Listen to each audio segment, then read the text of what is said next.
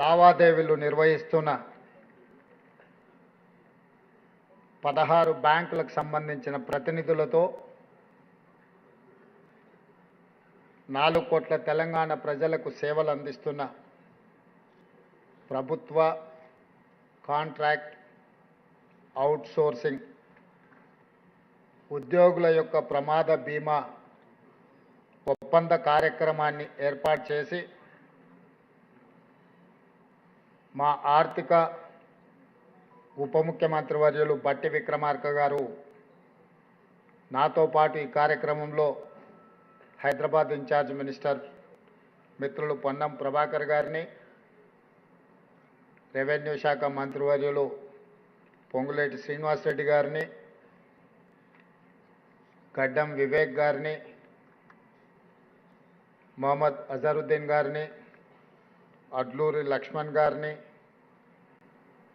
రాష్ట్ర ప్రభుత్వ సలహాదారు అరకర వేణుగోపాలరావు గారిని, ప్రభుత్వ ప్రధాన కార్యదర్శి శ్రీ రామకృష్ణారావు గారిని, తెలంగాణ రాష్ట్ర డీజీపీ సివి ఆనంద్ గారిని, మీ ఉద్యోగ సంఘాల నాయకులను, జేఏసీ ప్రతినిధులను, నిరంతరం తెలంగాణ రాష్ట్రాన్ని దేశంలోనే ముందు వరుసలో నిలబెడుతున్న ప్రభుత్వ ఉద్యోగులందరినీ పిలిచి ఈ కార్యక్రమాన్ని ఏర్పాటు చేసి, తెలంగాణ ప్రభుత్వము అంటే నమ్మకం, తెలంగాణ ప్రభుత్వంలో బాధ్యత నిర్వహించడం అంటే సంపూర్ణమైన భద్రత అని చెప్పి ఈరోజు మా ఉప ముఖ్యమంత్రి వర్యులు బట్టి విక్రమార్క గారు నిరూపించినందుకు, ఈ కార్యక్రమాన్ని ఏర్పాటు చేసినందుకు వారిని మనస్ఫూర్తిగా నేను అభినందిస్తున్నా. వాస్తవంగా మొట్టమొదటి కార్యక్రమాన్ని మిత్రులు బట్టి విక్రమార్క గారు ఆలోచన చేసి సింగరేణి సంస్థలో అమలు చేద్దాం, సింగరేణి కార్మికులకని వారు నా దగ్గరకు వచ్చి ప్రస్తావించారు. ఆ రోజు 100% నాకెందుకో నమ్మకం అనిపించలే. ప్రమాదవశాత్తు ఒక కార్మికుడు చనిపోతే 1,25,00,000 రూపాయలు ఒక్క పైసా కార్మికుడు కానీ రాష్ట్ర ప్రభుత్వం కానీ బీమా చెల్లించకుండా ఇది ఎలా సాధ్యమవుతుంది అని వారు బ్యాంకర్స్తో మాట్లాడి ఉద్యోగుల జీతభత్యాల లావాదేవీలు, సింగరేణి సంస్థ యొక్క లావాదేవీల నేపథ్యంలో బ్యాంకర్స్ని ఒప్పించి మెప్పించి కార్మికులకు ప్రమాద బీమా ₹1,00,00,000 పైగా ఏ కార్మికుడు చనిపోయినా ఇచ్చే విధంగా వారు ఒప్పందాలు చేసింది. ఈ రోజుకి నాకు తెలిసినంత వరకు బట్టి విక్రమార్క గారు సవరించాలి, ఒకవేళ నేను చెప్పిన దాంట్లో ఏదైనా లోపం ఉంటే, 45 మంది సింగరేణి కార్మికులు ప్రమాదం వల్ల చనిపోతే ప్రతి కుటుంబానికి 1 కోటికి పైగా చెక్కును వారు అందజేయడం ద్వారా కుటుంబాలు పెద్దలుగా కుటుంబాన్ని ఆదుకోవడంలో ముందుండే కార్మికుడు చనిపోయినప్పుడు విలువైన ప్రాణాన్ని ఆ సంస్థ తెచ్చివ్వలేకపోవచ్చు. ఆ విలువైన ప్రాణాన్ని ఆ సంస్థ అధిపతిగా ఉన్న ఈ రాష్ట్ర ప్రభుత్వము తిరిగి తెచ్చివ్వలేకపోవచ్చు. కానీ ఆ కుటుంబ యజమానిగా, కుటుంబంలో అత్యంత బాధ్యత వహిస్తున్న వారి యొక్క బరువును ఊహించని విధంగా చదువుకునే పిల్లలు కావచ్చు, వయసు పైబడిన తల్లిదండ్రులు కావచ్చు, వయసుకు ఎదిగిన ఆడపిల్లలు కావచ్చు, ఒక్కసారిగా వాళ్ళ ఆదరణ కోల్పోయినప్పుడు ఎంత ఆందోళనకరమైన పరిస్థితులు, ఎంత బాధకరమైన సందర్భమో మనం అందరికీ తెలుసు. 90% ఇక్కడికి వచ్చిన మా ఉద్యోగ ప్రతినిధులు మధ్యతరగతి వాళ్ళమే, నాతో సహా. మధ్యతరగతిలో బయటపడి సమస్య చెప్పుకోలేము, సమస్య ఉంటే ఉన్నది, ఎవడేమన్నా అనుకొని బరితెగించి వీధుల్లో తిరిగే సాహసము మనం చేయలేం. చెప్పుకోలేని బాధ, తీర్చలేని సమస్య ఉన్నప్పుడు దుఃఖంతో కుమిలిపోవడము, కష్టాలలో ఉన్న కుటుంబానికి ఒక విశ్వాసం కల్పించాల్సిన మనమే ధైర్యాన్ని కోల్పోయినప్పుడు ఆ కుటుంబం మొత్తం కుప్పగూలిపోయే పరిస్థితి ఉంటుంది. కానీ ఏ సంస్థకైతే ఏ సంస్థ కోసం రెక్కలు ముక్కలు చేసుకొని పనిచేస్తున్న ఆ కార్మికుడు కానీ ఆ ఉద్యోగి కానీ ఊహించని ప్రమాదంలో చనిపోయినప్పుడు ఆ సంస్థ కోటి పైగా ఆర్థికంగా అండగా నిలబడితే 100% ఆ కుటుంబం మనోధైర్యంతో బ్రతకడానికి, సమాజంలో తలెత్తుకొని నిలబడడానికి, బతికున్నప్పుడు పలకరించే వాళ్ళు, బతికున్నప్పుడున్న బంధుత్వాలు మనం చితికిపోయినప్పుడు లేకపోతే మన మీద చితి పేర్చినప్పుడు ఎక్కువ కాలం ఏవి నిలబడవు. సానుభూతి చూపించే వాళ్ళు ఉండొచ్చు, మన పట్ల సానుకూలత చూపించే వాళ్ళు ఉండొచ్చు, కానీ మన సమస్యలకు ఆర్థికంగా సహాయం చేసేవాళ్ళు చాలా అరుదు. అందుకే యజమానే ఆ బాధ్యత తీసుకోవాలి. ఇక్కడ యజమాని అనంటే సింగరేణి కార్మికులకు సింగరేణి సంస్థ, విద్యుత్ కార్మికులకు విద్యుత్ సంస్థ, రోడ్డు రవాణా కార్మికులకు రోడ్డు రవాణా సంస్థ, మీ అందరికీ రాష్ట్ర ప్రభుత్వమే యజమాని. ఆ యజమాని మీకు నమ్మకం, విశ్వాసం కల్పించడమే కాకుండా మీకు భద్రత కల్పించే బాధ్యత కూడా ఆ యజమానిదే. ఆ యజమానే తెలంగాణ రాష్ట్ర ప్రభుత్వం. మేము కాదు, నేను, బట్టి విక్రమార్క గారు, గడ్డం వివేక్ గారు, లేకపోతే పొంగులేటి శ్రీనివాసరెడ్డి గారు, మిత్రులు పొన్నం ప్రభాకర్ గారు, మేము కాదు యజమానులు. మేము కూడా ప్రజలెన్నుకుల సేవకులమే. ఒక రకమైన బాధ్యత మీకిస్తే ఇంకొక రకమైన బాధ్యతను మాకిచ్చిండ్రు. మనందరి యజమానులు ప్రజలే, ప్రజలెన్నుకున్న ప్రభుత్వాలే మీకు మాకు యజమానులు. ఆ యజమానే మనకు భద్రత కల్పించాలన్న ఆలోచన చేసి సింగరేణి సంస్థలో సాధ్యమైన ₹1 కోటి పైబడి ఉన్న ప్రమాద బీమా భద్రత రాష్ట్రంలో బాధ్యత నిర్వహిస్తున్న ప్రతి ఉద్యోగికి అందించాలి అని మా మిత్రులు బట్టి గారితో నేనే ప్రస్తావించడం జరిగింది.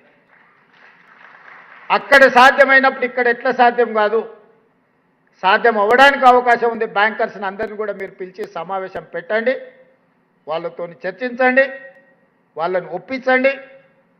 తద్వారా మన ఉద్యోగులు, మన కుటుంబ సభ్యులు అడగకపోయినా యజమానిగా ఈ ప్రభుత్వం బాధ్యత వాళ్ళకు భద్రత కల్పించాల్సిన అవసరం ఉందని చెప్పి, ఈరోజు మీరు అడగకపోయినా, మీ డిమాండ్లలో ఈ అంశం లేకపోయినా, ఈరోజు ఈ ప్రభుత్వం ఒక బాధ్యతతో ముందుకు వచ్చి 16 రాష్ట్ర ప్రభుత్వంతో లావాదేవీలు నిర్వహిస్తున్న బ్యాంకర్స్ని అందరినీ పిలిపించి మీ సమక్షంలో తెలంగాణ రాజధాని అయిన హైదరాబాదు నడిబొడ్డున్న రవీంద్ర భారతిలో వీళ్ళందరితో ఒప్పందాలు చేపించి ఈ రోజు నుంచి మీకు ప్రమాదం ఏదైనా ఊహించని సంఘటన జరిగితే ఏది జరగొద్దు, 100 సంవత్సరాలు మీరు ఆరోగ్యంగా ఉండాలనేదే ఈ ప్రభుత్వం యొక్క ఆలోచన. ప్రత్యక్షంగా పరోక్షంగా ఈ ప్రభుత్వానికి మీరు సేవలు అందించాలి, ఈ ప్రభుత్వం యొక్క ప్రతిష్ట మీరు పెంచాలనేదే మా ప్రభుత్వం యొక్క భావన. అనుకోని దురదృష్టకర సంఘటన జరిగినప్పుడు మిమ్మల్ని ఆదుకోవాలన్న ఆలోచనతోనే ఈరోజు ఇంత మంచి కార్యక్రమాన్ని మా మిత్రులు బట్టి విక్రమార్క గారు ఏర్పాటు చేసిండ్రు. పెద్ద ఎత్తున మీరు చప్పట్లతోని వారిని అభినందించండి.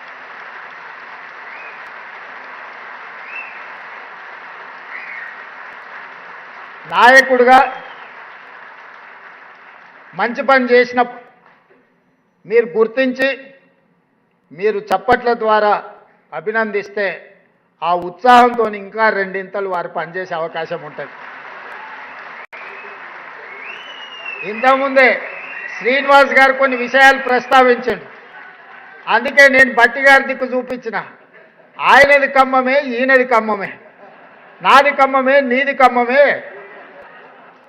మరి మనకు కావాల్సిన నిధులు వారి నుంచే వస్తాయి కాబట్టి అందుకే నా వైపు తిరిగి నమస్తే పెట్టడానికి పోతే అటువైపు పెట్టమని అటు చూపించిన. మా జగదీష్ వస్తే ఆయన మిత్రుడే పొన్నం ప్రభాకర్ గారు కాబట్టి ఆయన నమస్కారం ఆయనకి ఇప్పించిన క్యాబినెట్లో ఆయన చెప్పే విషయాలు ప్రస్తావించడానికి. నేను గుంపు మేస్త్రినే, చాలామంది అవహేళన చేస్తారు. నేనేమనుకోను, నేను గుంపు మేస్త్రిని, ఈ గుంపు అంతా నాది, గుంపుకు నేను మేస్త్రిని. ఈ గుంపు అంతా నాది, ఈ గుంపు నాది. ఈ గుంపే కదా నా బలము, ఈ గుంపే కదా నా ప్రతిష్ట, ఈ గుంపే కదా నా సంక్షేమాన్ని, నా అభివృద్ధిని ప్రజలకు తీసుకెళ్లేది. పేద ప్రజలకు మా ప్రభుత్వానికి వారధులు బ్రిడ్జ్ ఈ గుంపే కదా. అందుకే నేను గుంపు మేస్త్రిని అని చెప్పిన. కొంతమంది గొప్పలు చెప్పుకుంటారు, మేము దొరలమని, మా గడీలు ఉన్నాయని. అట్లాంటి పోకడలు నా దగ్గర ఏం లేవు. ఆ రోజైనా ఈ రోజైనా, ఆనాడు జిల్లా పరిషత్ మెంబర్గా ఉన్నా, లేదా ఎమ్మెల్సీగా ఉన్నా, ఎమ్మెల్యేగా ఉన్నా, ఎంపీగా ఉన్నా, కాంగ్రెస్ పార్టీ అధ్యక్షుడిగా ఉన్నప్పుడు మీరు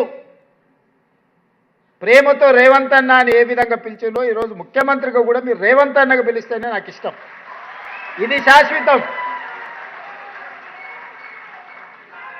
మిగతా అన్నీ వస్తుంటాయి పోతుంటాయి. జెడ్పీటీసీ వచ్చింది, అది పోయి ఎమ్మెల్సీ వచ్చింది, అది పోయి ఎమ్మెల్యే వచ్చింది, అది పోయి ఎంపీ వచ్చింది, అది పోయి ఈరోజు ముఖ్యమంత్రి వచ్చింది. నా హోదా నా పదవి మారొచ్చు, కానీ మీకు నాకు ఉన్న అన్నదమ్ముల అనుబంధం అనేది శాశ్వతం. అందుకే మీరు రేవంత్ అన్న అని ఏ ఉద్యోగం పిలిచినా, నేను ముఖ్యమంత్రి అయిన కొత్తలో మా అధికారులు కొంతమంది మీ ప్రతినిధులు వచ్చి రేవంత్ అన్న అని మాట్లాడుతుంటే, సార్ వాళ్ళకి మనం సార్ అని పిలవమని చెప్పాలి అన్నారు. అంటే నేను చెప్పిన అట్లా చెప్తే నీ ఉద్యోగం పోతుంది మొదలా అని. సార్ అనో దొర అనో పిలిపించుకుంటే పిలిచేటోడు మనసులో అనుకుంటాడు దొరుకుతావు కదా బిడ్డ అని. అన్నాన్ని పిలిచిండంటే అది ఇష్టంతోనో ప్రేమతోనో పిలిచిన పిలుపు. నాకు అదే ఇష్టం. మీ సోదరుడు ఈరోజు తెలంగాణ రాష్ట్ర ముఖ్యమంత్రిగా ఉన్నాడు. నేను మాట వరుసకి మాట చెప్పట్లే, నేను సంపూర్ణంగా నా మనసులో అనుకునేదే ఈరోజు మీతో చెప్తున్నా. నాకు ఒక బాధ్యత ఉంది, మీకు ఒక బాధ్యత ఉంది. మనందరం కలిస్తేనే 4 కోట్ల ప్రజలకు సేవ అందించగలం, సంక్షేమ ఫలాలను చేరవేయగలం. ఈ తెలంగాణ రాష్ట్రాన్ని దేశంలోనే నెంబర్ 1 రాష్ట్రంగా మనం తీర్చిదిద్దగలం. ఇవాళ మీరే ఆలోచన చేయండి. మారిందల్లా మా 17 మందిమే ఉన్నది. మీరే ఎమ్మెల్యేలు, ఎంపీలు దాదాపుగా 50% పైగా పాతోళ్ళే గెలిచి ప్రభుత్వ నిర్ణయాలు చేసే 15 మంది మాత్రమే మారినాం.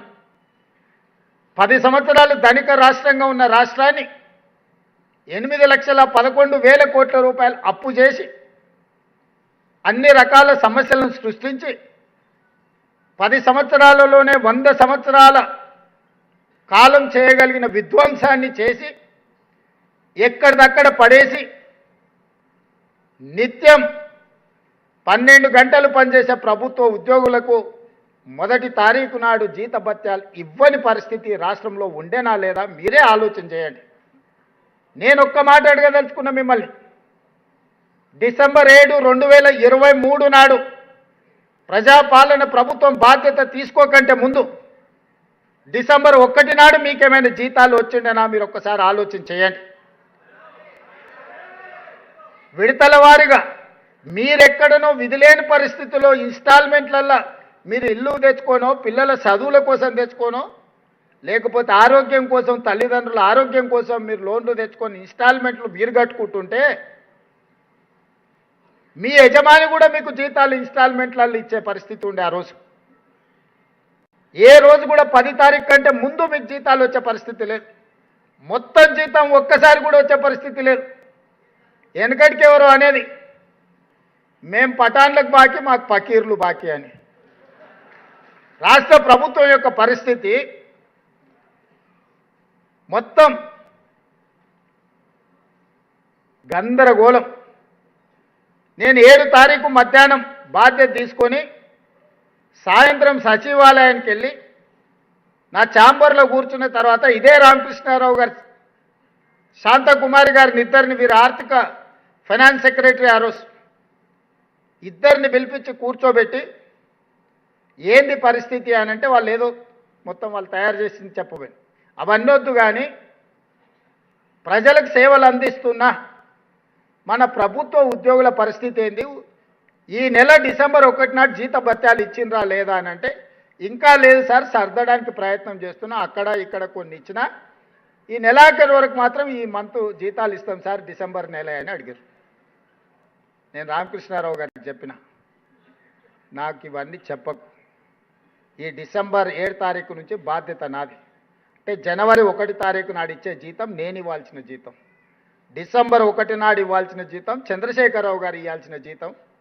వారి జీతం నీ ఇష్టం విడతల వారిగా ఇస్తే ఇవ్వు, నాకు అభ్యంతరం లేదు. కానీ నా కోసం పనిచేసే ప్రభుత్వ ఉద్యోగస్తులకు నేను వచ్చిన తర్వాత విడతల వారిగా అనేది కుదరదు అని 2024 జనవరి 1 తారీఖు నాడు మొదలుపెట్టి ఈ రోజు వరకు ఎన్ని సమస్యలు, ఎన్ని అవాంతరాలు, ఎన్ని అభ్యంతరాలు, ఎన్ని ఆర్థిక ఎగుడు దిగుడు పరిస్థితులు వచ్చినా మీకు 1 తారీఖు నాడు జీతాలు ఇచ్చినా లేదా మీరు ఒక్కసారి ఆలోచన చేయండి మిత్రులారా. ఇది నేను గొప్పల కోసం చెప్పట్లేదు, మీకోసం గుర్తు చేస్తున్నా. నేను నా బాధ్యతను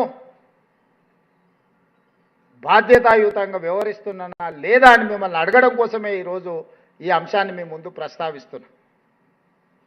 మీరే కాదు, 58 సంవత్సరాలు ఉన్న ప్రభుత్వ ఉద్యోగస్తులను 61 సంవత్సరాలకు పెంచి ఆ రిటైర్మెంట్స్ అన్నీ 2024 నుంచి మొదలైనవి.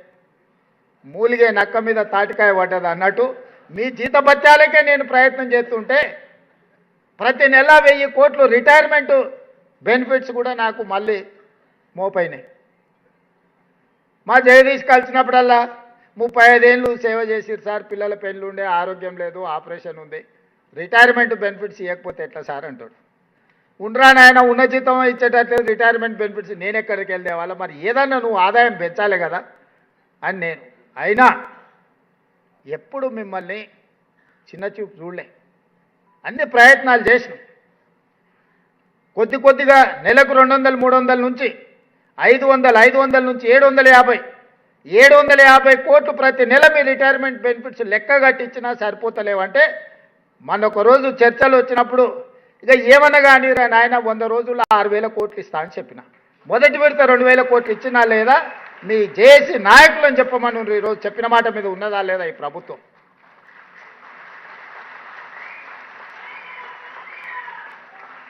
ఇదే కాకుండా మీ ఆరోగ్య భద్రత గురించి మాట్లాడితే అన్ని రకాల చర్చలు చేసి మిమ్మల్ని ఒక కమిటీ చేసి మా అధికారులను అందరినీ చేసి ఇంతకుముందే రామకృష్ణారావు గారు చెప్తారు, మొదటి సమావేశం 27 తారీఖు నాడు పెట్టుకున్నాం సార్, ఇక మొదలవుతున్నదే. ఏదన్నా చిన్న చిన్న అవాంతరాలు వచ్చినా మీరు సూచన చేయండి. మా ఇంటెన్షన్స్ రాంగ్ లేవు, మా ఉద్దేశాలలో తేడా లేదు. అమలు చేసే క్రమంలో ఏదైనా సమస్య వచ్చినప్పుడు కూర్చొని చర్చించుకొని పరిష్కరించుకుందాం. మీరు వేరు నేను వేరు అన్న భావన నేను లేను. కొన్నిసార్లు నాకు కూడా తట్టకపోవచ్చు, కొన్నిసార్లు ఈ అంశాన్ని ఏ విధంగా పరిష్కరించుకోవాలనో బాధితులుగా మీకెక్కువ అనుభవం ఉండొచ్చు. మీ అనుభవాన్ని ప్రభుత్వంతో పంచుకుంటే ఆ సమస్యని తక్షణమే పరిష్కరించే బాధ్యత ఈ ప్రభుత్వం తీసుకుంటుంది. ఈరోజు మీ ఆరోగ్య భద్రత కావచ్చు, మీ రిటైర్మెంట్ బెనిఫిట్స్ కావచ్చు, మీ శాలరీస్ కావచ్చు, ప్రమాదవశాత్తు ఏదైనా జరిగితే, జరగరాని దురదృష్టకర సంఘటన జరిగినప్పుడు ఈ ప్రభుత్వమే ఒక కుటుంబ పెద్దగా వ్యవహరించి మీ కుటుంబాన్ని ఆదుకునే మంచి ఆలోచనతోని ఈరోజు ఈ కార్యక్రమాలన్నీ కూడా తీసుకొని ముందుకు వస్తున్నాం. ఇక ఇవన్నీ చేస్తూనే మళ్ళీ అవ్వగానే మా ముజీబో లేకపోతే శ్రీనివాసో లేకపోతే జగదీశో పోయేటప్పుడు చెప్తాడు, అన్నాక పిఆర్సీ ఉండే మళ్ళీ గాదాని సంగతి ఏంటి గ్యారెంటీగా పోయేటప్పుడు అంటాడని నాకు నమ్మకం ఉన్నది. తప్పకుండా మా ఉప ముఖ్యమంత్రి గారికి నేను సూచన చేస్తున్నా, దానికి సంబంధించి కూడా మనం ఇచ్చిన మాట ప్రకారం ఆ మాట నిలబెట్టుకోవడానికి మనం ఖచ్చితమైన ప్రయత్నం చెయ్యాలి. వాళ్ళ విశ్వాసాన్ని మనం నిలబెట్టుకోవాలి.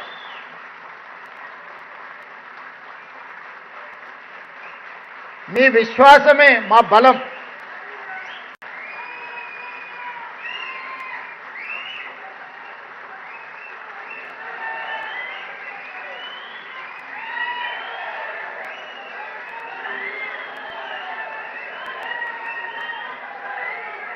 మిత్రులారా, నా ఇంకొక విజ్ఞప్తి, రోజుకొక గంట మనం అదనంగా పనిచేద్దాం. మనం ఏం బిల్లులు పెంచుతలేం, కానీ మన కట్టాల్సిన పన్నులు కొంతమంది కట్టగుట్ట తప్పించుకుంటున్నారు. తప్పించుకున్న వాళ్ళని పట్టుకునే బాధ్యత మీదే, నాదైతే కాదు. ఆదాయాన్ని పెంచండి. ఆ పెంచిన ఆదాయాన్ని మీ అవసరాలు తీర్చడానికి నేను ఉపయోగిస్తా అని చెప్పి నేను మీకు మాట ఇస్తున్నా. ఈ మధ్యనే మా జిఎస్టీ ఆదాయం పెరిగింది. మా శ్రీనివాసరెడ్డి గారు స్టాంప్స్ అండ్ రిజిస్ట్రేషన్లో కొంత ఆదాయాన్ని పెంచిండు. ఇంకొన్ని శాఖలలో మా ఆదాయం పెరిగింది. ఏది కూడా వృధా చేయకుండా ప్రభుత్వ ప్రతినిధులుగా మీకే వాటిని ఖర్చు పెడుతున్నాం. ఇవాళ ఇందిరమ్మ ఇండ్లు చిన్న ఆరోపణ లేకుండా 4.5 లక్షల ఇందిరమ్మ ఇండ్లు పేదవాళ్ళకి ఇస్తే దాదాపుగా 7 నుంచి 8 వేల కోట్ల రూపాయలు లబ్ధిదారులకు పంచిపెడితే అనా పైసా అవినీతి జరగకుండా చిన్న ఆరోపణ లేకుండా ఈరోజు ఆ పథకం అమలు జరుగుతుందంటే అందులో మీ శ్రమ లేదా? అడిగిన ప్రతి పేదవాడికి రేషన్ కార్డు అందించిందంటే అందులో మీ సేవ లేదా? 3,28,00,000 పేదలకు 6 కిలోల సన్న బియ్యం అందిస్తున్నారంటే అందులో మీ సేవ లేదా? 47 లక్షల కుటుంబాలకు 200 యూనిట్లు ఉచిత విద్యుత్తును అందిస్తున్నామంటే అందులో మీ సేవ లేదా? 55 లక్షల కుటుంబాలకు 500 రూపాయలకే సిలిండర్ అందిస్తున్నామంటే అందులో మీ సేవ లేదా? ఈరోజు నర్సరీ నుంచి 12th క్లాస్ వరకు విద్యా ప్రమాణాలు పెంచి బ్రేక్ఫాస్ట్ లంచ్తో సహా నాణ్యమైన విద్యనే కాకుండా పౌష్టికాహారంతో ఈరోజు పేదలకు బుక్కడు బువ్వ పెట్టగలుగుతున్నాం, బ్రేక్ఫాస్ట్ పెట్టగలుగుతున్నాం అంటే అందులో మా ఉపాధ్యాయుల చొరవ లేదా?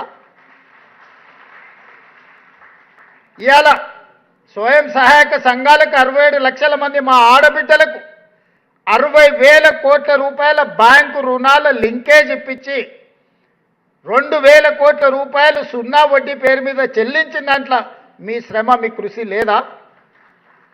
1000 మెగావాట్ల సోలార్ విద్యుత్ ఉత్పత్తి స్వయం సహాయక సంఘాలకి ఈరోజు అందిస్తే అవి అమలు చేస్తున్నది మీరు కాదా? ఇవాళ సోలార్ విద్యుత్ అదాని అంబానీలతో మా ఆడబిడ్డలు పోటీ పడుతున్నారంటే అందులో మీ కృషి లేదా? మహిళలు గృహలక్ష్మి మహాలక్ష్మి పేరు మీద బస్సులో ఉచితంగా ప్రయాణమే కాదు, ఈరోజు మా మిత్రుడు పొన్నం ప్రభాకర్ గారు 1000 బస్సులను ఆడబిడ్డలను యజమానులను చేసి బస్సులో ఉచితంగా కాదు బస్సులకు మేమే యజమానులమని ఈరోజు పథకాలు అమలు చేసి ఆర్థికంగా కాళ్ళ మీద నిలబడుతున్న మా ఆడబిడ్డలకు అందిస్తున్న ఈ బ్యాంకు రుణాలు 0 వడ్డీ అందులో మీ కృషి లేదా? ఇలా చెప్పుకుంటూ వెళ్తే నిర్ణయాలు మేం చేసి ఉండొచ్చు, కానీ అమలు చేస్తున్నది మీరే కదా అమలు చేస్తున్నది. పథకాలు ఇవ్వాలి, ఈ ప్రభుత్వానికి మంచి పేరు వచ్చితే అది మీ వల్లనే అని నేను సంపూర్ణంగా విశ్వసిస్తున్నా. తిరిగి రెండోసారి మళ్ళీ ఇక్కడ నిలబడి మీకు ఒకవేళ సేవలు అందించాల్సిన పరిస్థితి వస్తుందని నేను విశ్వసిస్తున్నా. దానికి కూడా మీరే వారధులు, మీరే సారథులు.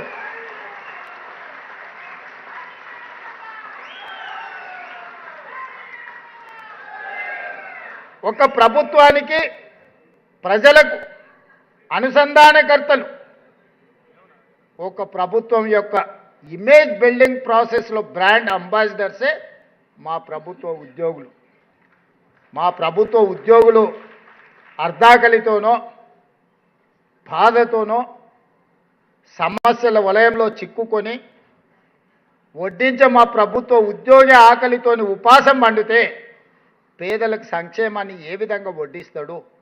అందుకే మీరు ఆకలితోని ఉండొద్దు, మీరు అవమానాలతోని బ్రతకొద్దు, మీరు ఆత్మగౌరవంతో నిలబడాలి అనేదే నా యొక్క లక్ష్యము, నా యొక్క ఉద్దేశం. నేను బాధ్యత చేపట్టిన తర్వాత ఈనాడు వివిధ శాఖలకు సంబంధించిన ప్రతినిధులు అధికారులందరూ ఇక్కడ ఉన్నారు. 70,000 ప్రభుత్వ ఉద్యోగాలు తలలు లెక్కబెట్టి ఎల్బీ స్టేడియంలో నియామక పత్రాలు అందించిన మీ ఉద్యోగాలే కాదు, ఈరోజు 70,000 మందిని అదనంగా ప్రభుత్వంలో రిక్రూట్ చేస్తే ఎంత ఆర్థిక భారం ఈ ప్రభుత్వం మీద పడి ఉంటుందో మీరు ఒకసారి ఆలోచన చేయండి. ఒకవైపు రిటైర్మెంట్ బెనిఫిట్స్, ఇంకొక వైపు 70,000 మంది నూతన నియామకాలు, మరోవైపు 7 లక్షల ప్రభుత్వ ఉద్యోగాల జీత భత్యాలు, ఇంకొక పక్కన 8,11,000 కోట్ల రూపాయల అప్పు.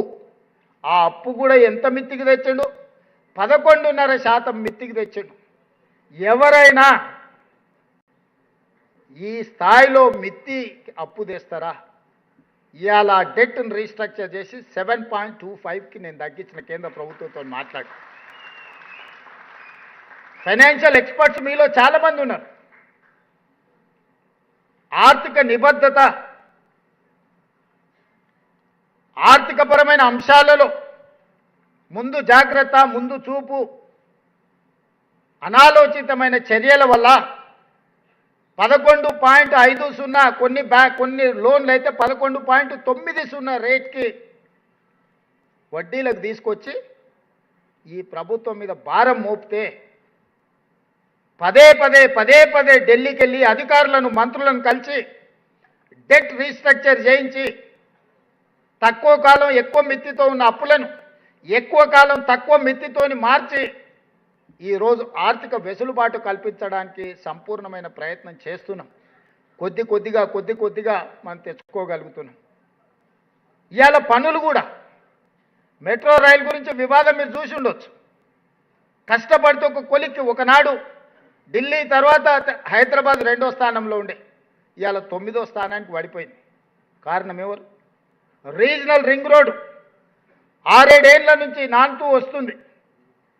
మూసీ నది ప్రక్షాళన హైదరాబాద్ నగరంలో ఉండే వాళ్ళే కాదు, నల్గొండ జిల్లా బిడ్డలను అడగండి అది ఎంత అత్యవసరం. గుజరాత్లో సబర్మతి రివర్ ఫ్రంట్ కడతారు, ఉత్తరప్రదేశ్లో గంగానది రివర్ ఫ్రంట్ కడతారు, ఢిల్లీలో యమునా నది రివర్ ఫ్రంట్ కడతారు, తెలంగాణ హైదరాబాదులో మూసీ రివర్ ఫ్రంట్ కడతామంటే వద్దని అంటారు. ఏంటి దీని కారణం నేను అడుగుతున్నా. ప్రపంచంలో ముఖ్యంగా భారతదేశంలో ఆడబిడ్డల పేర్లు గంగానది పేరు, యమునా నది పేరు, సరస్వతి పేరు, కృష్ణ పేరు, కావేరి పేరు మీద పిల్లల పేర్లు పెట్టుకుంటున్నారు. ఆడబిడ్డల పేరు. ఏ తల్లిదండ్రులైనా మూసీ నది పేరు ఎప్పుడైనా పెట్టుకున్నారా? ఎందుకు పెట్టుకోవట్లేదు? ఆ నదులు ఎంత గొప్పవో ఈ నది కూడా అంతే గొప్పది కదా. గంగా, కావేరి, కృష్ణ, సరస్వతి పేర్లు గొప్పగా పెట్టుకుని ఆ నదుల పేర్లు మన బిడ్డల పేర్లు పెట్టుకుంటున్నాం కదా. మన ఆడబిడ్డలకు ఆ పేర్లు పెట్టుకున్నప్పుడు మనలో ఎవ్వరం కూడా మూసీ పేరు, మూసీ నది పేరు ఎందుకు పెట్టుకోలేదు? మూసీ కాలుష్య వెదజల్లుతుంది, మూసీ అంటేనే మురికి అన్న భావన కల్పించడం వల్లనే కదా. అందుకే కదా మూసీ నది పేరు పెట్టుకోలేదు. అందుకే ఈనాడు కాలుష్యం అయిపోయిన మురికిని వెదజల్లి నల్గొండ జిల్లా బిడ్డల ప్రాణాలు తీస్తున్న మూసీని ప్రక్షాళన చేసి కట్టాలని నేనంటే నా కాళ్ళలో కట్టె పెట్టాలని కొంతమంది తిరుగుతూ ఉన్నారు. ఔటర్ రింగ్ రోడ్ ఆర్థిక వ్యవస్థను మార్చింది. రీజనల్ రింగ్ రోడ్ వేసుకుంటే తప్ప, మెట్రో విస్తరించుకుంటే మీకే కాదు ఉపయోగపడేది. మెట్రోలో నేను పట్టిగారో లేకపోతే ఫామ్ హౌస్లు ఉండే పెద్ద ఆయనో ఎక్కడు కదా. ఫామ్ హౌస్లో ఉన్నాయనే మెట్రో ఎక్కడు కదా. ఆయన పిల్లలు విమానాలు ఎక్కి లండన్లు పోతారు, ప్రత్యేక విమానాల సొంత విమానాలు బేగంపేట నుంచి విదేశాలకు పోతారు, కానీ మెట్రో ఎక్కరు కదా. మెట్రో ఎవరు ఎక్కుతారు? మన మధ్యతరగతి వాళ్ళం ఎక్కుతాం, మన ప్రభుత్వ ఉద్యోగులు ఎక్కుతారు. నగరం విస్తరించింది, మెట్రోను కూడా విస్తరించుకోవాలి. దేశంలో మొదటి స్థానానికి మెట్రో తీసుకురావాలని నేను ప్రయత్నం చేస్తే వద్దు. ఈ వద్దనేది ఏందిరా నాయన? 10 ఏళ్ళు మేము నువ్వు చెయ్యి అని మేము తిరిగినాం. నువ్వు మూసి ప్రక్షాళన చేయమని మా బట్టిగారు అసెంబ్లీలో కొట్లాడి, మెట్రో విస్తరించమని మా బట్టిగారు కొట్లాడి, భారత్ ఫ్యూచర్ సిటీ కట్టమని మా బట్టిగారు కొట్లాడి, నదుల ప్రక్షాళన చేయమని మా బట్టిగారు కొట్లాడి, పాఠశాలల్ని ప్రక్షాళన చేసి నర్సరీ నుంచి మంచి విద్యను తీసుకురామన్నాడు. మా మధుకి ఇన్నే ఉన్నాడు. ఇంటర్మీడియట్ బోర్డులో ఆయన పిల్లలు చచ్చిపోతే ఆయన మాట్లాడిండని ఆయన జైలుకు తోలేడు. గ్లోబరీన్ సంస్థ ఎవరిదే? వాళ్ళదే కదా. అది తప్పు. పిల్లల జీవితాలతో చెలగాటమాడిన 25 మంది పిల్లల ప్రాణాలు పోయినాయని మీ ఉద్యోగి మాట్లాడితే చెంచల్గూడలో చెల్లపల్లిలో నాలాకటే ఆయన కూడా జైల్లో భోజనం తినాల్సిన పరిస్థితి. ఇవాళ వాడే తాడు పామై ఈరోజు దేశంలో నీట్ పరీక్షలు దేశంలో ఉండే లక్షలాది మంది పిల్లల జీవితాలతో చెలగాటమాడింది అదే గ్లోబరీనా కదా. ఆ రోజే వాడిని 2 దెబ్బలేసి చెంచల్గూడలో చిప్పకూడు పెట్టించినట్టు ఇవాళ దేశంలో పిల్లల జీవితాలతో చెలగాట మాడుతుండేనా? ఎన్నడన్నా వాడిని శిక్షించాలని వాళ్ళు ఆలోచన చేసిండ్రా? ఎన్నడన్నా ఈ అభివృద్ధి కార్యక్రమాలను ముందుకు తీసుకెళ్లాలని ఎప్పుడైనా మేము అడిగినప్పుడు ఎప్పుడైనా మాట్లాడినరా? ఆ ఎల్లంతా మేము రోడ్లు ఎక్కినాం ఇవన్నీ చెయ్యమని. ఇవాళ కూడా వాళ్ళు రోడ్లు ఎక్కుతారు, ఇవేమీ చేయొద్దు, ఇది ఇట్లనే ఉండాలి, తెలంగాణ సర్వనాశనం అయిపోవాలి, మాకు లేకపోతే మీకు ఉండొద్దు, మాకు లేనిది మీకెందుకు ఉండాలి, మా కోట్లేని తెలంగాణ ప్రజలు ఉంటేంది పోతేంది సర్వనాశనం అయిపోతేందని తండ్రి కొడుకు అల్లుడు గద్దల్లాగా ఊరి మీద పడి తిరుగుతారు. పొద్దున ఒకడు, మధ్యాహ్నం ఒకడు, సాయంత్రం ఒకడు, రూపాలు ఒకడు, బైరూపులోడు ఇంకొకడు, శుక్రాచార్యుడు ఒకరైతే మారీచుడు ఇంకొకడు, సుభావుడు ఇంకొకడు, ఇట్లా తయారై పెద్ద రాక్షసులు పిల్ల రాక్షసులు అందరూ ఊరి మీద పడి లేస్తే బకాసురుడు పంట ఏంది ఉంది కదా తినడానికి, కుంభకర్ణుడు ఫామ్ హౌస్లు ఉంటే కుంభకర్ణుడు బయటకు వస్తే బకాసురుడు కథలాగా ఉంది. ఎట్లా ఉద్యమంలో మా ఉమ్మక్క మొత్తం పోగొట్టుకోలే, ఎంత పెట్టింది, సర్వం పెట్టింది, ఆస్తి అంతా ఉన్నదంతా బిడ్డకి ఇవ్వకుంటే తెలంగాణ ఉద్యమంలో పెట్టింది. ఏమి లేదు మా ఉమ్మక్క గాడొచ్చి కూర్చున్నది, మీ ఉద్యోగే కదా, రిటైర్మెంట్ బెనిఫిట్స్ కూడా తీసుకొచ్చి తెలంగాణ ఉద్యమంలో పెట్టింది. కొంతమంది కృతజ్ఞత ఉందా వాళ్ళకు? ఇవాళ శ్రీకాంతాచారి తల్లిని నేను మహిళా కమిషన్ మెంబర్ వేసిన, చాకల ఐలమ్మ మనవరాలు చాకల మహిళా కమిషన్ మెంబర్ వేసిన, అక్నూరు మురళిని విద్యా కమిషన్ చైర్మన్ చేసిన. ఇట్లా చెప్పుకుంటూ వెళ్తే తెలంగాణ కోసం సర్వం కోల్పోయిన వాళ్ళని నేనేస్తే వాళ్ళు ఎవరికి ఎమ్మెల్సీలు ఇచ్చారు, ఎవరికి రాజ్యసభలు ఇచ్చారు, ఎట్లాంటి వాళ్ళకి ఇచ్చారో మీరు ఒకసారి ఆలోచన చేయరు. ఇవేవి చేయొద్దు అంటారు. మరి ఏం చేయాలన్నా నేను మీకు భజన చేయాలన్నా, మీ ఫామ్ హౌస్ కాడ కాపలా కూర్చోవాలి, ఏం చేయాలి, ఏం చేయాలి చెప్పు. అందుకే ఇట్లా చేయొద్దంటే చింతబర్గ్ ఇరుగుతుందని చెప్తున్నా నేను. గంటేగా చీల్చి చింతకు కడతా, చింతమడక కోవాల్సి వస్తుంది, మీరు అందరు కట్టగట్టుకోండి అని చెప్పదలుచుకున్నా. అందుకే మిత్రులారా, ఈ తెలంగాణ రాష్ట్రాన్ని భవిష్యత్ ప్రణాళికల కోసం 30 నెలలు నిరంతరం మీరు నమ్మినా నమ్మకపోయినా 16 నుంచి 18 గంటలు ఏ రోజు అంతకంటే ముందు నేను పడుకోలే, ఒకరోజు సెలవు కూడా తీసుకోవాలి. మీరు మొత్తం తీయండి. డిసెంబర్ 7, 2023 నుంచి ఈనాటి వరకు మీ సోదరుడు ఒక్క రోజైన సెలవు తీసుకున్నాడా లెక్క కట్టి చూడండి, గంటలు కూడా లెక్క పెట్టండి. ఇప్పుడు ప్రణాళికలు ఒక కొలిక్కి వచ్చినాయి. అది మూసీ కావచ్చు, అది మెట్రో కావచ్చు, అది రీజనల్ రింగ్ రోడ్ కావచ్చు, అది భారత్ ఫ్యూచర్ సిటీ కావచ్చు. ఇట్లా చెప్పుకుంటూ వెళ్తే కులగణనలో జనగణనలో కులగణన కావచ్చు, మాదిగా ఉపకులాల వర్గీకరణ కావచ్చు, శాశ్వతమైన సమస్యలను అన్నిటినీ ఒకటొకటి పరిష్కరించుకుంటూ వస్తున్నా కదా. వయసులో చిన్నవాడినైనా మీ అందరి అనుభవాన్ని తీసుకొని ముందుకు వెళ్తున్నా కదా, నాకు తెలియదు అడిగి తెలుసుకుంటున్నా కదా. ప్రతి ఒక్కరి దగ్గర పోయి నేను నిలబడి మాట్లాడి ఏదో రకంగా చాకచక్యంగా ఏదో ఒకటి సాధించుకొని వస్తున్నా కదా. ఢిల్లీకి పోతే ఢిల్లీలో ఏముందా, కాలుష్యం ఉంది, నీళ్లు తాగాలన్నా కష్టమే, గాలి పీల్చుకోవాలన్నా కష్టమే, ట్రాఫిక్లోకి పోతే అంతకంటే కష్టం. ఢిల్లీలో ఏమన్నా లడ్డు ఉందా? ఏంటికోతా నేను ఢిల్లీకి, ఏంటికోతా మీరు చెప్పరు? ఢిల్లీ నేను చూడందా, ఇదేం ఎంపికుంటే. అంతకంటే ముందు మా ఇంటి ఆమె ఆనే చదువుకునేది, అప్పుడు కూడా పోయేటోండి ఢిల్లీకి. నేను చూడండి లేనే, నేను చూడండి లే, ఏంటికోతానా, ఏంది ఉందా ఢిల్లీలో చెప్పురు, మీరు చెప్పురు. వాని వీని అందరిని అడుక్కొని ఎట్లో అట్లా చేసి దీన్ని దారిలో పెట్టి ఈ అప్పుల బాధ నుంచి బయటికి తెచ్చి, నిన్ననే మా బట్టి గారు చెప్పారు, సంవత్సరానికి మీరు చేసిన అప్పులకు తప్పులకు ప్రతి సంవత్సరం 76,000 కోట్ల రూపాయల పాయమాలు కడుతున్నాం అని నిన్ననే మా ఆర్థిక మంత్రి చెప్పిండు. 30 నెలల్లో దాదాపుగా 2 లక్షల కోట్లు ఆయన పెట్టిన రావణ కాష్టానికి ఈరోజు మనం అందరం బలవుతున్నాం, మనం ఖర్చు పెడుతున్నాం. ఇవాళ ప్రతి రూపాయి రిజర్వ్ బ్యాంకు నుంచే వాళ్ళు చేసిన అప్పుకు కట్టిన తర్వాత మిగిలినటివే మన దగ్గరకు వస్తున్నాయి. అందుకే మీకు ఏదైనా ఇవ్వాలన్నప్పుడు మాట చెప్తే తప్పొద్దు, మాట ఇస్తే చెయ్యాలనే దానికోసం ఒక్కటికి 4 సార్లు అంచనా వేసుకొని సవరించుకొని జాగ్రత్త చేసి ఎట్లా పొదుపు చేయాలా, ఎట్లా మీ సమస్య తీర్చాలా అనేదే తప్ప చెయ్యొద్దన్న ఆలోచన లేదు. మీకు చేయకుండా ఉంటే నేను ఏంటికి తీసుకెళ్తా, నేనేం చేసుకుంటా మీరు చెప్పండి. నా జీవన విధానంలో ఏమైనా మార్పు వచ్చిందా, నా లైఫ్ స్టైల్ ఏమైనా చేంజ్ అయిందా? మీరు చూస్తున్నారు కదా, ఆనాటి నుంచి ఈనాటి వరకు జడ్పీటీసీ ఉన్నప్పటి నుంచి చూసింది కదా నన్ను. ఈరోజు ముఖ్యమంత్రి అయినా ఏ రోజన్నా నా నడకలో కానీ, నా నడతలో కానీ, నా వ్యవహార శైలిలో కానీ, నా జీవన విధానంలో కానీ ఏమైనా మార్పు వచ్చిందా? బాధ్యత మాత్రమే పెరుగుతూ వచ్చింది. 17 సంవత్సరాలల్లా జిల్లా పరిషత్ మెంబర్ నుంచి తెలంగాణ రాష్ట్ర ముఖ్యమంత్రి వరకు ప్రజలు నాకు అవకాశం ఇచ్చారు. అది గొప్ప బాధ్యత. నిద్రపోయినా కూడా నేను మర్చిపోను. ఆ బాధ్యతను గుర్తు చేసుకుంటే నిద్రపోతా, ఆ బాధ్యతను గుర్తు చేసుకుంటే నిద్ర లేస్తానే. అందుకే ఈరోజు మనం పని చేస్తున్నాం, కష్టపడుతున్నాం. సహకరించండి మిత్రులారా. రోజుకో గంట ఎక్స్ట్రా పని చేద్దాం, ఆదాయాన్ని పెంచుదాం. ఎక్కడెక్కడైతే అక్రమార్కులు ఉన్నారో వాళ్ళని నియంత్రిద్దాం.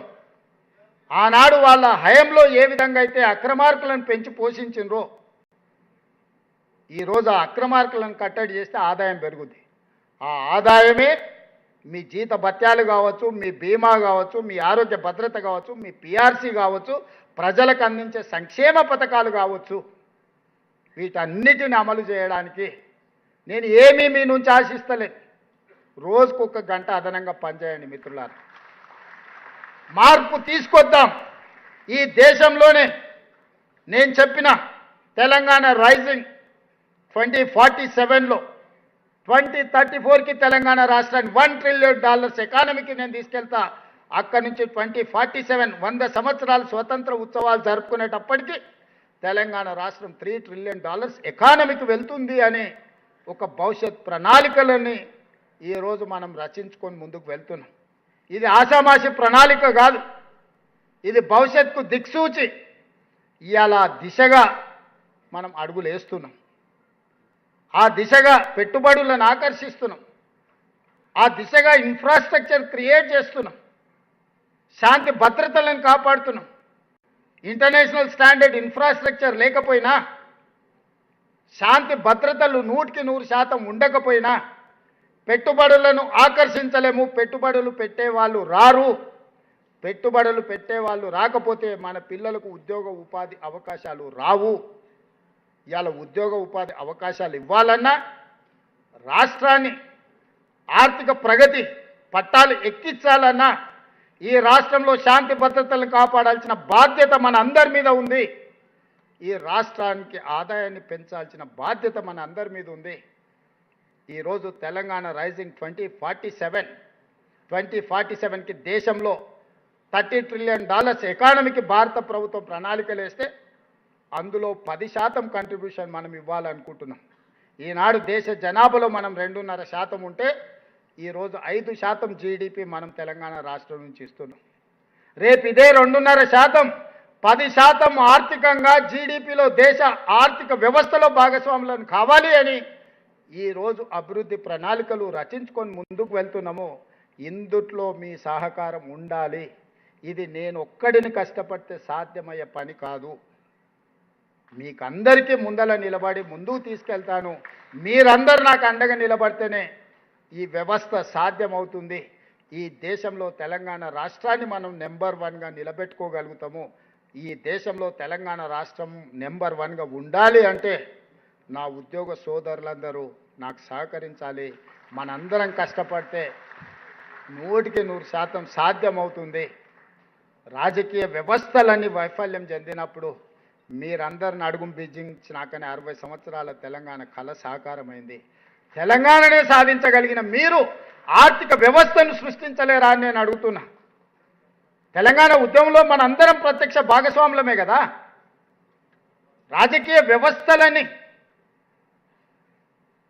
తమ చేత కాదు అని కాడి కింద పడేసినప్పుడు పొలిటికల్ జేఏసీకి నాయకత్వం, మీలో ఉండే ఒక ప్రొఫెసర్ నాయకత్వం వహించి లక్షలాది ఉద్యోగులు రోడ్డు మీదకి వచ్చినాకనే కదా తెలంగాణ రాష్ట్రం వచ్చింది. కొంతమంది తమ ఖాతాలో రాసుకోవచ్చు, అధికారం వచ్చింది కదా అని రాసుకున్నదే చెల్లుతుంది. చెప్పిందే వేదంగా ఉంటుంది అని అనుకున్నారు. కానీ అట్లా అనుకున్న మహామహులం అనుకున్న వాళ్ళందరూ కూడా కాలగర్భంలో కలిసిపోయారు. మన కళ్ళ ముందల నిజామే ఉన్నాడు. నిజాం కంటే కొత్త ఉదాహరణ మనకేది అక్కర్లేదు.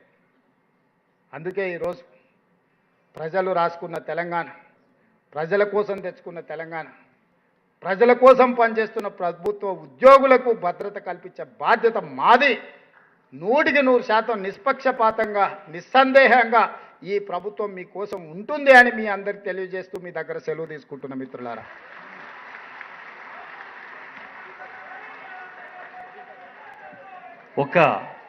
దయచేసి అందరు ఇదే క్రమశిక్షణ పాటిస్తూ కూర్చోవలసిగా రిక్వెస్ట్ చేస్తున్నాం. ఒక 3 నిమిషాలు ఓట్ ఆఫ్ థ్యాంక్స్ జాతీయ గీతం తర్వాత మనమంతా సుసంపన్నం అవుతుంది సభ.